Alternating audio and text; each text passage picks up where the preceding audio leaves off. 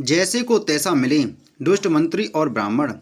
एक राजा के दरबार में विदूषक नाम का एक मंत्री रहता था।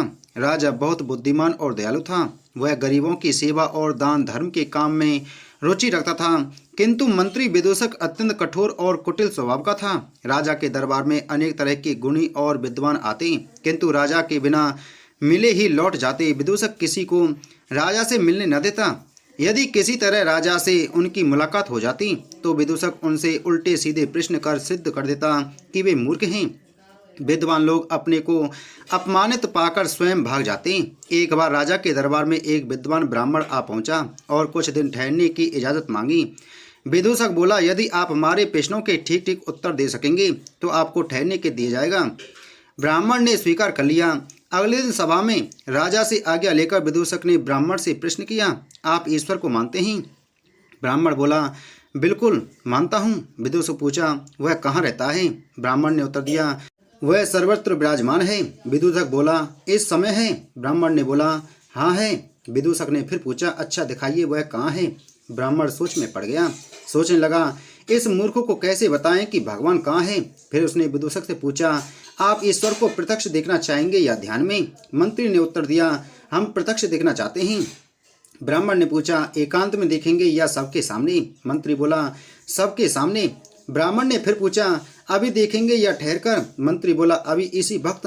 तभी ब्राह्मण ने अपना डंडा सीधा किया और बोला, समझ लो कि यह भगवान है, अब आप सामने आइए। विदूषक घबराकर पीछे खिसकने लगा। दरबारियों ने विदूषक से आगे आने की प्रार्थना की, किंतु ब्राह्मण के हाथ में तना हुआ डंडा देखकर वह डर के कारण आगे नहीं आया। राजा की आज्ञा हुई तो विदूषक को आगे आना पड़ा। तभी ब्राह्मण ने कसकर एक डंडा उसकी कमर में जमा दिया। डंडे के पड़ते ही विदूषक चीख उठा और ढेर बनकर जमीन पर लौट गया। यह दृश्य देखकर दरबार में हलचल मच गई। राजा क्रोधित होकर ब्राह्मण से बोला, यह तुमने क्या बेवकूफ़ी कर दी है? तो ब्राह्मण बोला, इसमें बेवकूफ़ी की क्या बात है महाराज?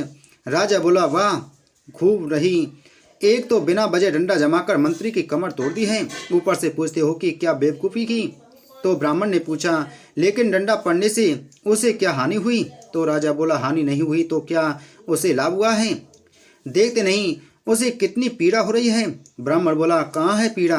राजा ने बोला, उसकी कमर में जहाँ तुमने डंडा जमाया है।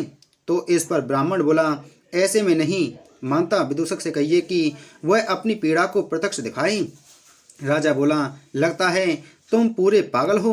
क्या शरीर के अंदर होने वाली पीड़ा कोई ठोस पदार्थ है जिसे आंखों से प्रत्यक्ष देखा जा सके? तो ब्राह्मण ने उत्तर दिया, महाराज, जिस तरह शरीर में होने वाली पीड़ा को प्रत्यक्ष नहीं देखा जा सकता, ठीक उसी प्रकार ईश्वर को भी प्रत्यक्ष नहीं देखा जा सकता, किंतु कण कण में उसे महसूस किया जा सकता है। यह सुनकर राजा का क्रोध चला गया। उसने विद्वान ब्राह्मण को दरबार में ठहरने की अनुमति दे दी।